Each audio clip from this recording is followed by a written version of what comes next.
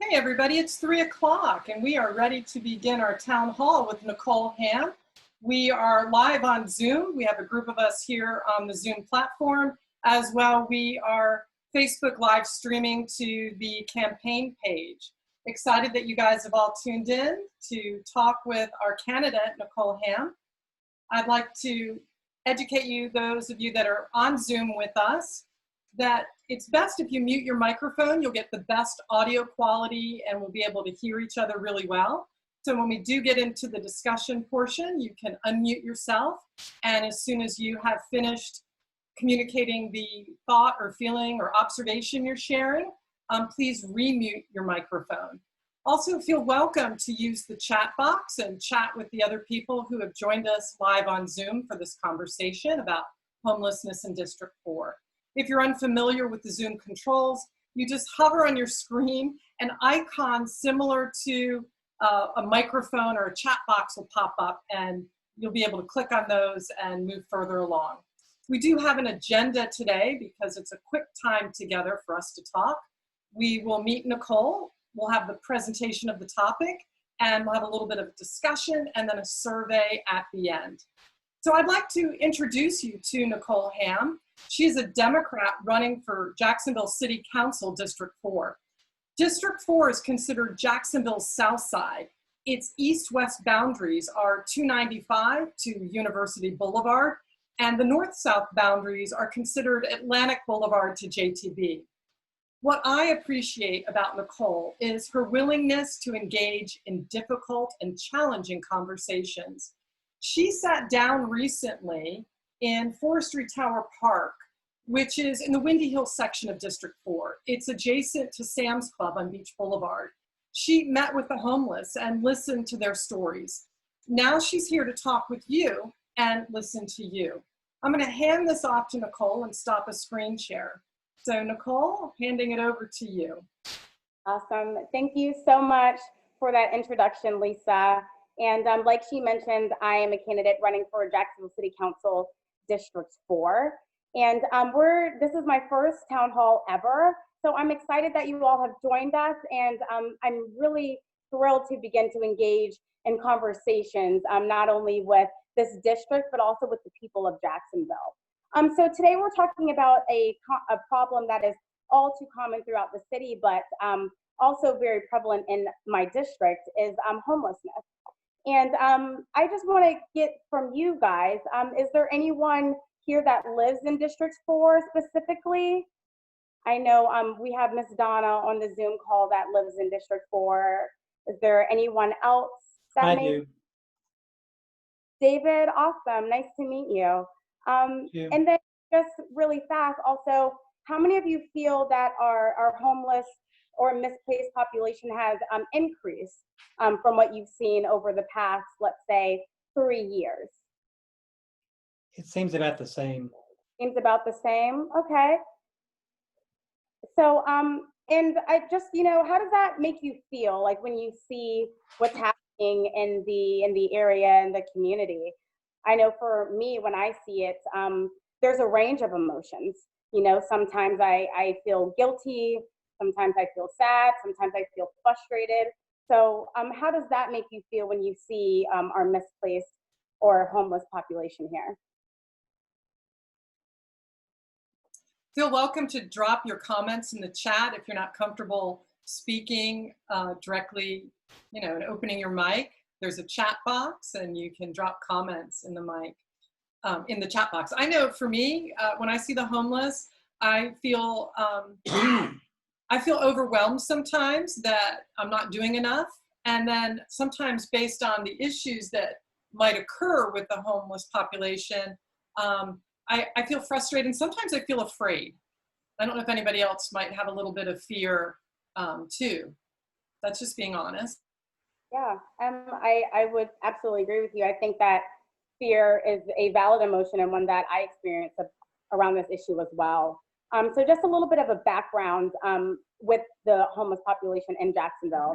I did a little bit of research and a little bit of digging, and our homelessness in Jax, based off of 2019, is actually down 32% from a decade ago. So it seems as if we are trying to begin to do the right things to decrease that population. However, it seems like Mr. David stated that it's the same.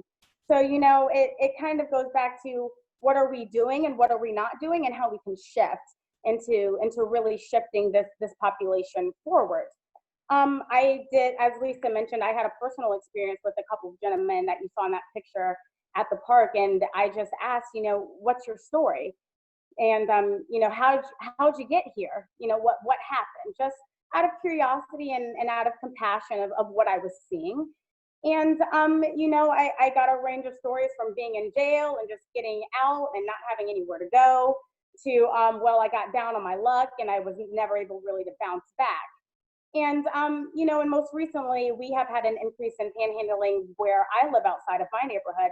And I asked another woman as well, you know, what happens here? What does this look like for you? And her response was, well, what else am I going to do? What else can I do? And, you know, I go back to the way that I was raised and my upbringing. And like I mentioned on my website, my grandfather's words ring, we don't quit, we get it done. And it seems as if this homeless issue in this neighborhood is because people just don't have the resources, or maybe they just don't want to get it done.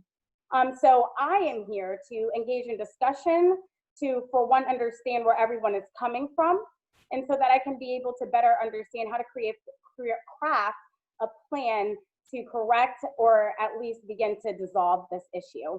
I do believe that we have an opportunity in our immediate district to create another resource for this population. But then there's also the argument that it could increase our population.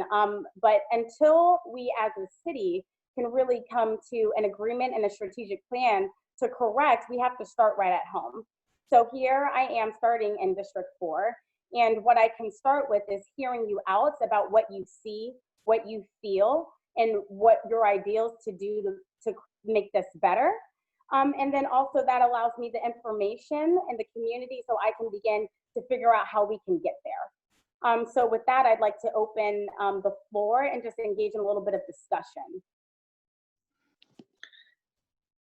So feel free to drop your comments and Nicole.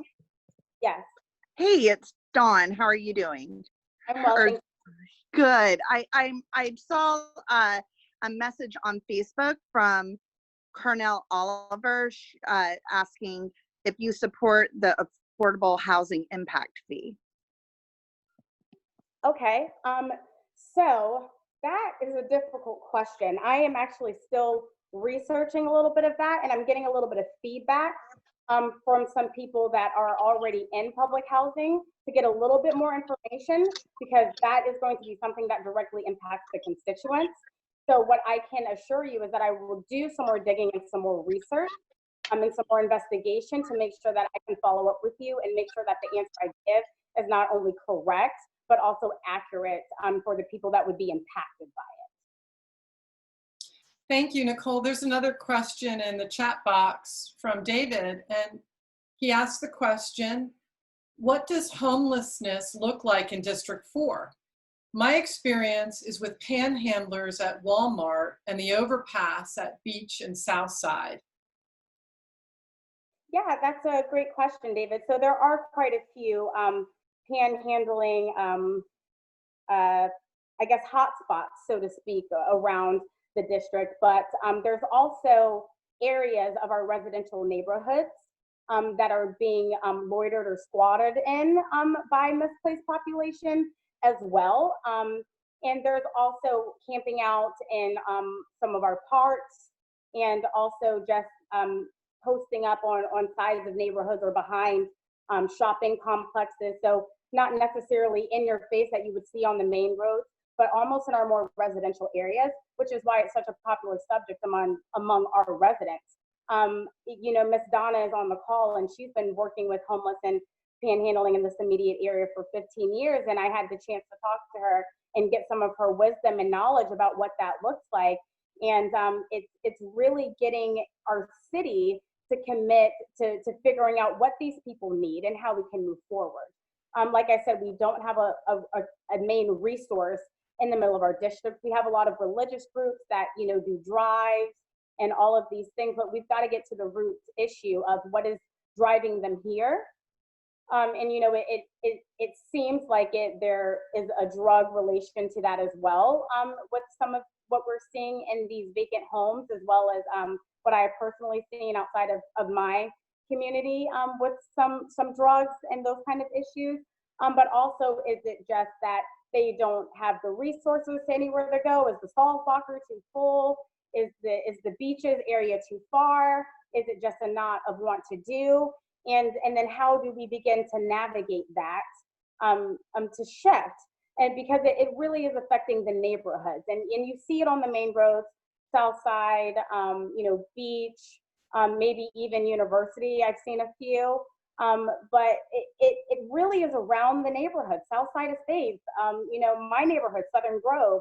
I've seen it and behind Grove Park. So it will become a public safety if people don't feel safe in their own home, if people feel like it's an eyesore to developers that might want to come and create community in this immediate area. It's a collaborative circle of things that just need to be corrected. We've got to find out what that is, how we can expedite the process of making sure we take corrective action and ensure that it doesn't continue to happen. Because we can ask JSO to come and escort people off the property, but if they keep coming back and that's all that we can do, we're chasing our tail, So we've got to get very clear in not only what the issue is, but also get very clear on how do we navigate it from there. Thank you, Nicole. We have another question in the chat box from Elise here on Zoom. Those of you joining us live on Facebook, thank you for joining us. We're in a live conversation, a town hall with Nicole Hamm, who is a candidate for Jacksonville City Council, District 4, which stretches from the Southside area, 295 to University Boulevard and Atlantic Boulevard to JTB. Elise in the chat box on Zoom asks, so it sounds like we don't have a resource center in District 4. Is that correct? What do the resources we do have look like? Like if I wanted to provide suggestions for places to go to ask for help, what would be useful to suggest? Absolutely, thank you for that, Elise. I will say that we do have citywide resources. When it comes to district resources, we do have the Salvation Army Adult Rehabilitation Center. There's a little bit of struggle with that as well. It seems as if when people leave, they're not really set up for a place to go or have a plan of how to navigate their future. But we do have some local resources that I would like to point out really quickly. Changing Homelessness works with social services and social service projects to begin to navigate and assist the misplaced population. The Salzbacher Center, like I mentioned, and then also getting clear with these organizations if they need any support as well. Are they big enough? Do they have enough funding? What does that funding look like? And then also ability housing, which helps provide affordable living to people coming out of or getting ready to experience homelessness or have experienced homelessness, looking for an affordable option to lay their head at night. So there are a lot of community resources. I know for at least in our neighborhood, there's quite a few churches and religious groups that get together and try to, do clothing drives, or they ask for suitcases, bedding, and all of those things. So we have real leaders and people that want to help in the community. It's a matter of how do we bring all of them together, and how do we continue to provide the resources for this population, but also to help our constituents feel better when they go to sleep at night, knowing that they are not only safe, but they are in a neighborhood that has the opportunity to be fun and enjoyable. You don't have to worry about what you might experience when you go to the park, or you don't have to worry about if I go outside of the gates at night, what does that look like for me, or am I okay, or are they okay? Who do I call? What do I do?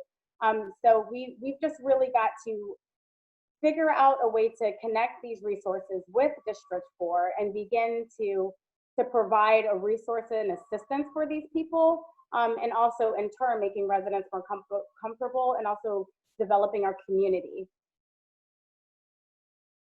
Thank you, Nicole. Do you have any models of where a shift like this has been successful in other communities? Maybe it may not be a model that we're currently involved in here in Jacksonville, of how we work with the homeless population and provide these resources. I know there's some programs out in the beaches area of Jacksonville that have been successful in addressing the population and providing services, but I don't know if there's other models that you're aware of that might be things for the community to explore. Yeah, you know, unfortunately, it all comes down to a money issue. And where does a city and state and federal stand on how much funding or how much room is in the budget to do things with? For example, I do know in Europe they have, you know, a homelessness program that was actually paid for by taxpayers, but that also raised their taxes. You know, and I don't think that's something that most people right now are willing and able to do. And then it's also, how do you start up who wants to start up a nonprofit, and how do they get that funding? Is it from our community centers? Does it come from our city government and federal grants? So it comes down to a money issue and what we are willing and able to do as a city. And you know, there is a section of our budget that is community and neighborhood development. And you know, I think every city council member is trying to fight for that piece of funding for their project. You know, and I think that we've got to figure out what other resources there are that we don't have to depend on city money, or if we are going to get city money, making sure there is a plan and that we're going to get it dispersed and what that looks like. But also maybe there's other things that we can do, you know, to navigate that. Do we increase our funding for all nonprofits? Do we give an incentive to someone that wants to take on this homeless project? It takes a lot of weaving and bobbing, which is what I'm learning in this political game, that you kind of have an idea, but then you've got to navigate all these obstacles.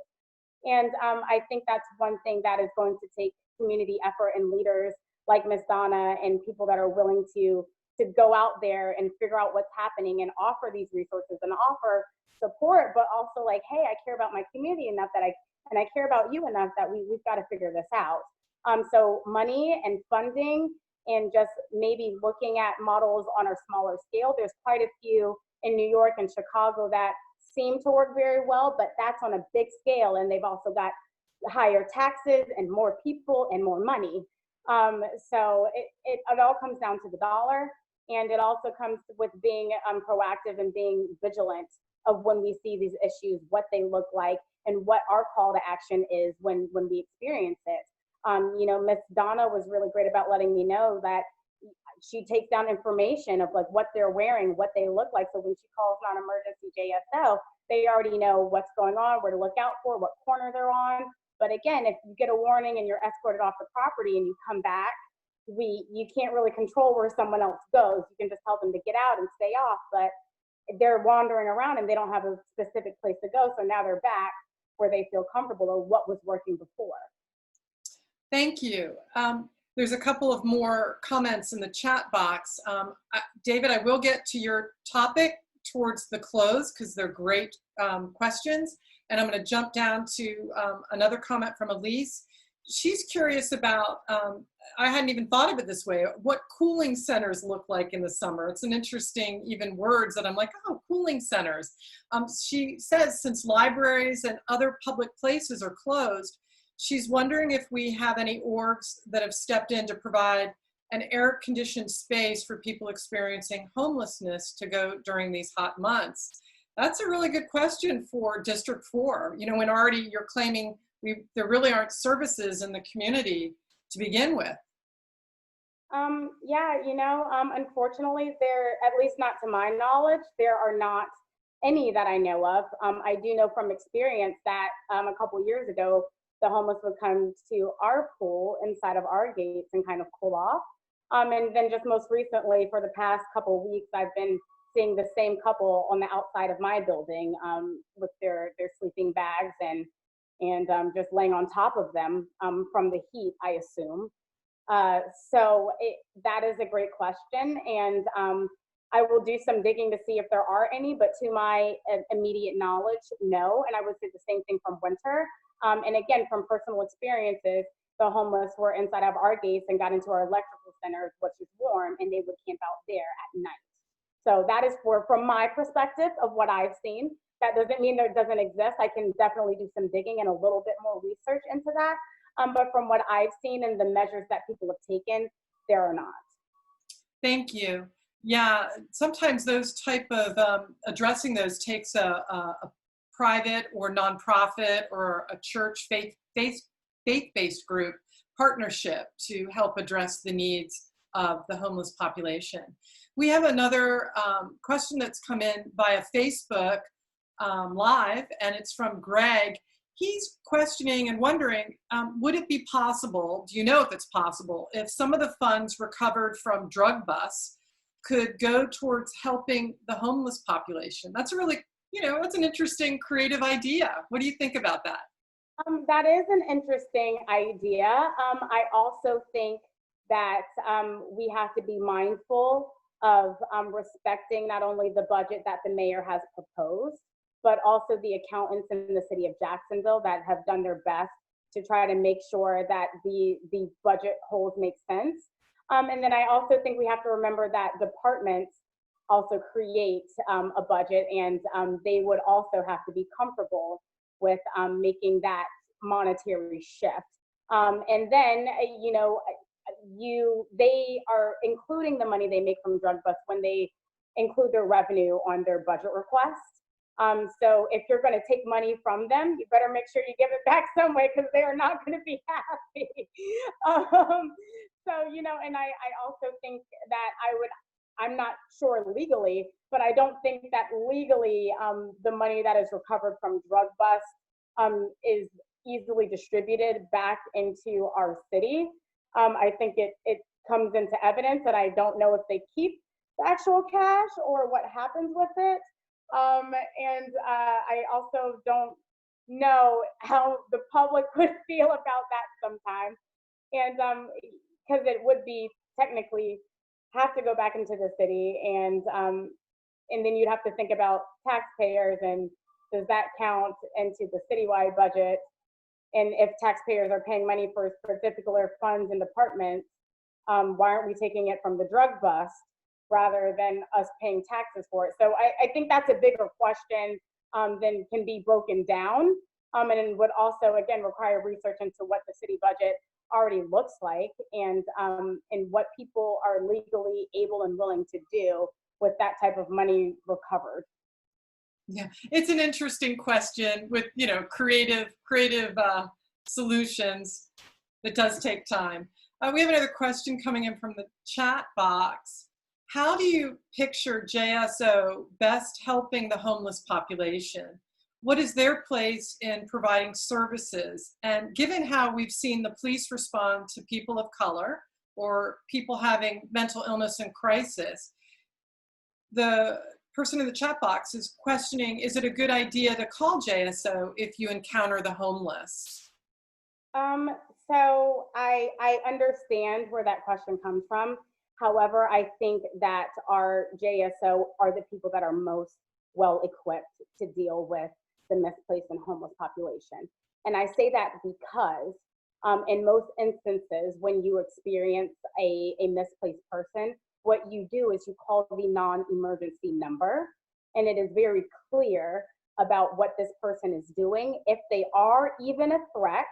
And I think that we also have to have faith and a little bit of understanding that if we're just trying to shift someone in a different direction, it would not get violent.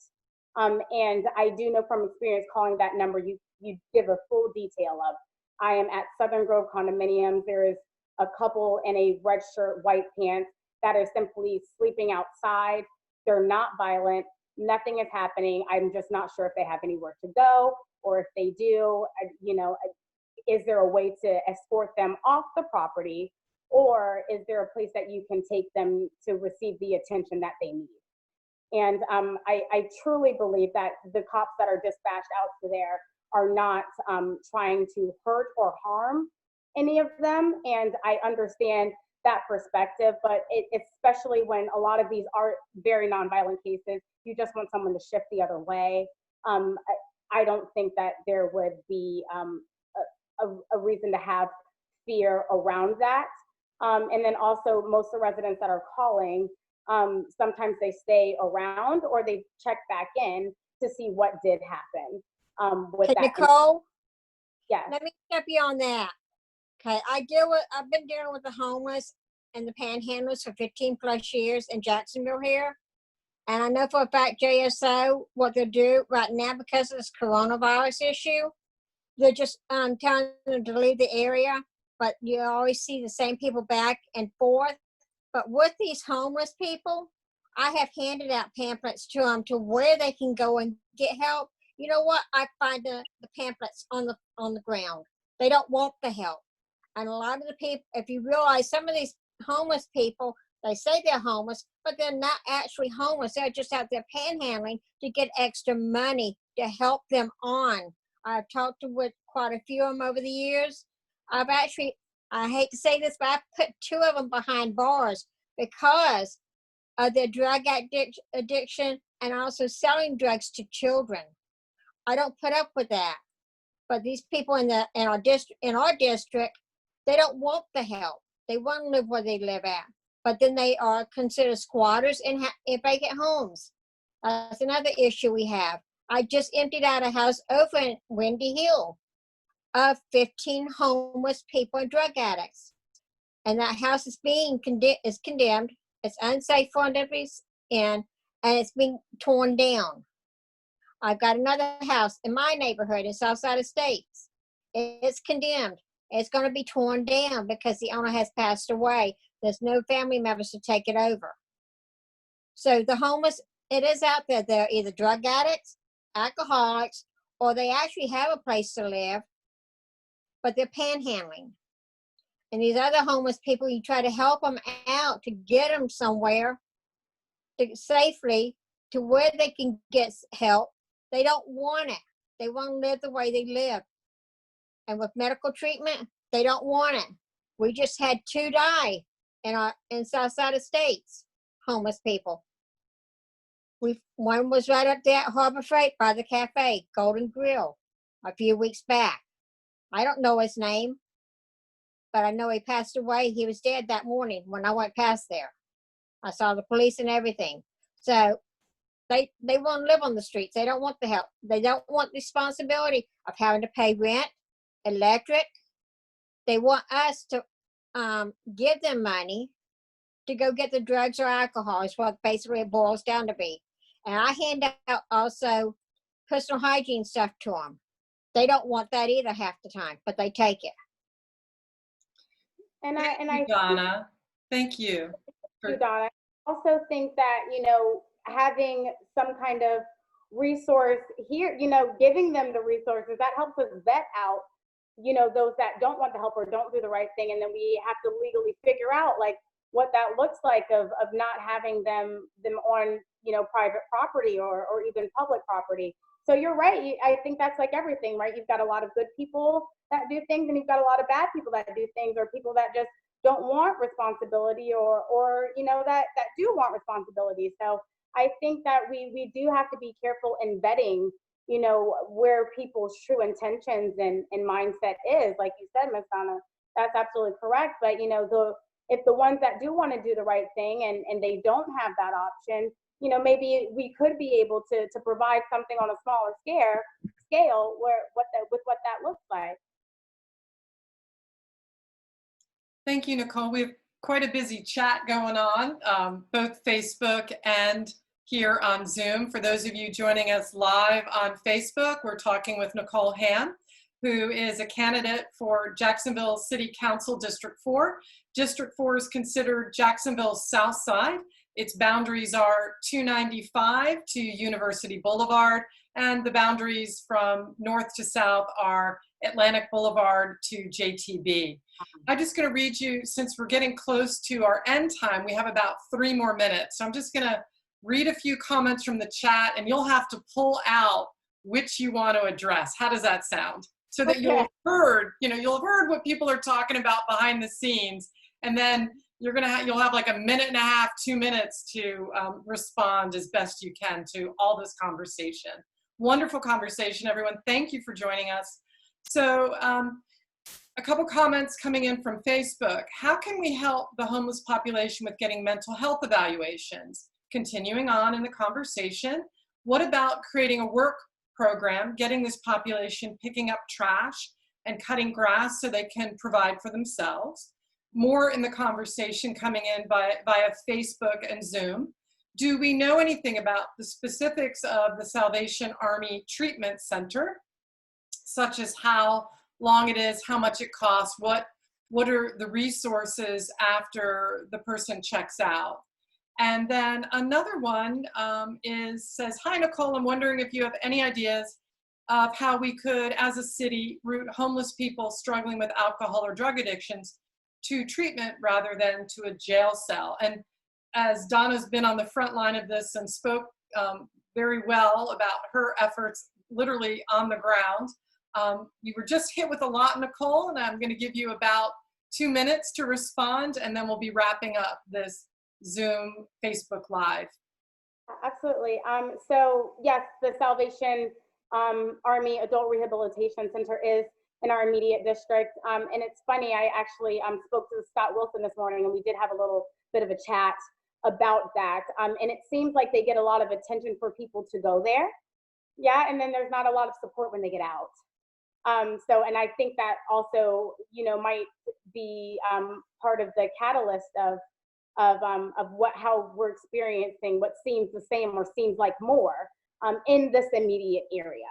I will also say that I do have a girlfriend that is a caseworker at the Sauls Walker Center, and they are often full with just the downtown population on their own, and they often take more severe cases. This is just from what I'm hearing from a personal source, that they tend to take cases where there are a more intense mental issue with the person, because that's going to take maybe some residential treatment or a full caseworker assigned to that. And then you've also got the people that are coming out of jail as well that tend to visit the Sauls Walker for support on that front too.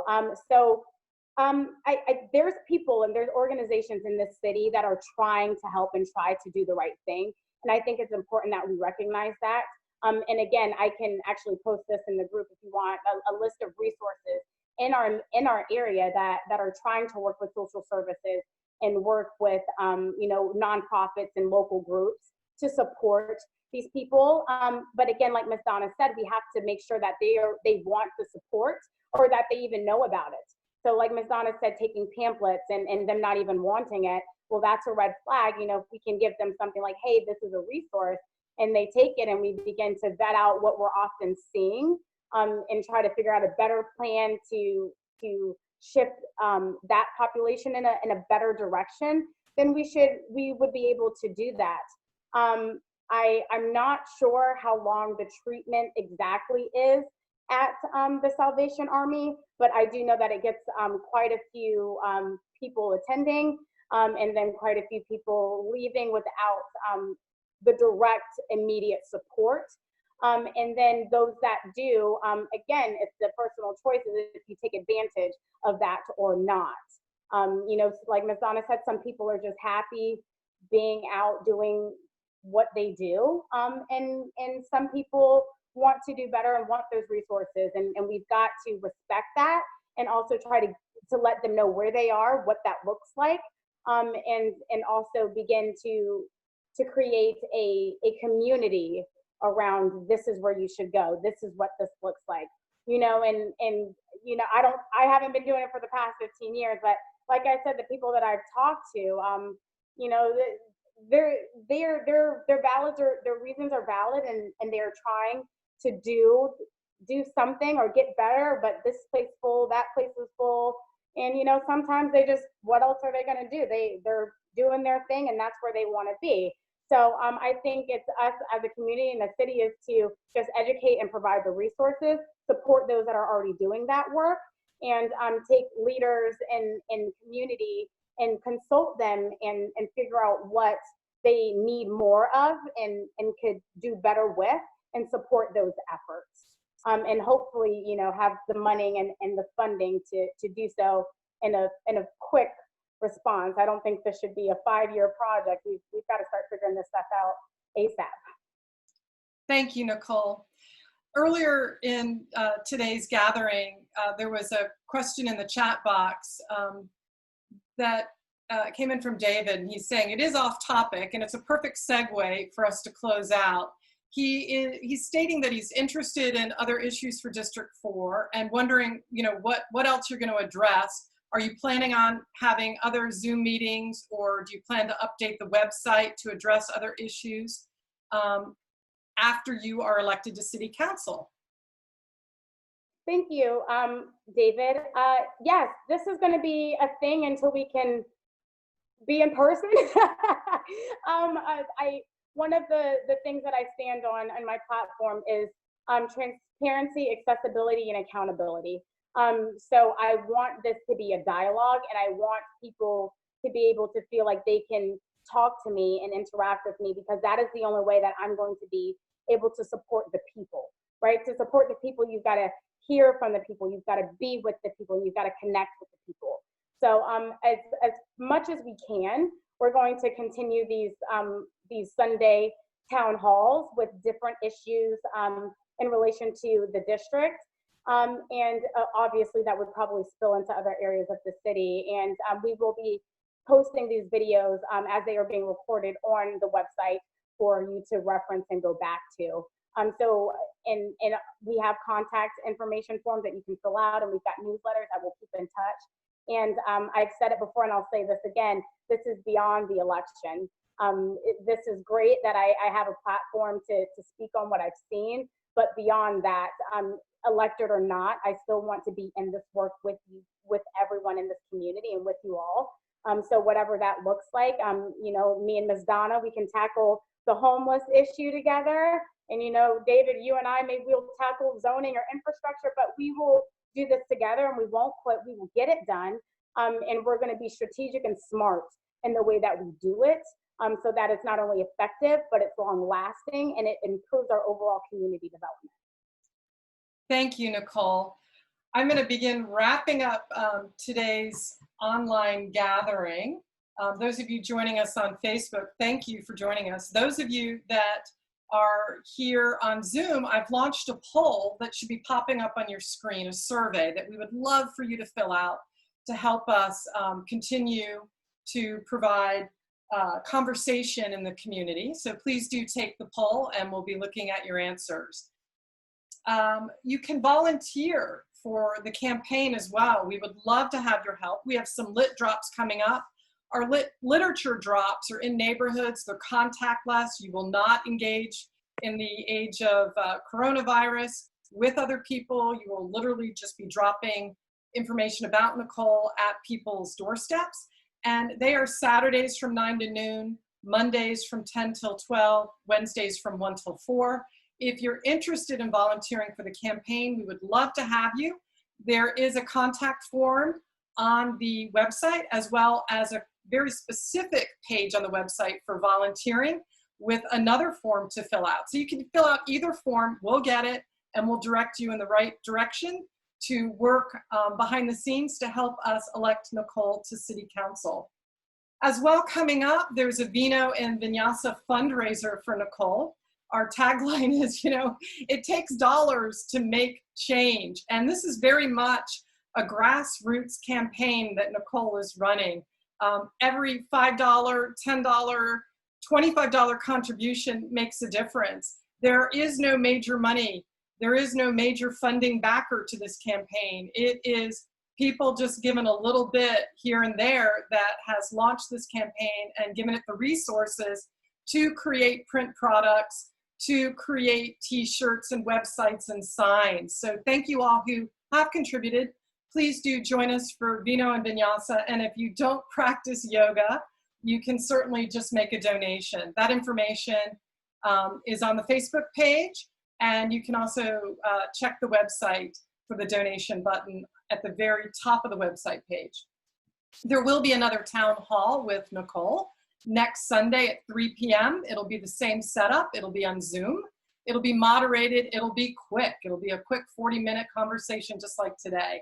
The topic is zoning in District 4, which is another fascinating topic with probably a lot of ideas and creative solutions, and then realities as well. So I hope you will join us next Sunday at 3 p.m.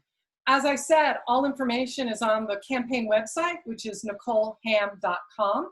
You can fill out a contact form that's on the front page. You could also go to the volunteer page and specifically fill out the volunteer application. We also take donations of any size to help keep this campaign running. And once you do fill out information on the website, you'll start receiving a weekly newsletter from the campaign. Please do vote for Nicole Hamm on August 18th in the special election. Please tell all your friends about Nicole Hamm. Please like her and follow her on all her social media channels, which you can find on the website, NicoleHamm.com. And I'm going to hand this back to Nicole to close this out with a farewell. So I'm going to stop the screen share. Thank you all for joining this afternoon, and engaging in this discussion with me. And please keep engaging in this conversation. I want to know, and I want to think, and I want to really begin to give this community the love and support that it deserves. And I can only do that by knowing what you see, how you feel, and how I can support you, and getting to know what you're already doing and how I can help. So please feel free to contact us at any time. I will always be accessible. My phone is in my hand almost every hour of the day. And if it's not, leave me a message. I will call you back. But thank you all so much. And I really look forward to earning your support this August.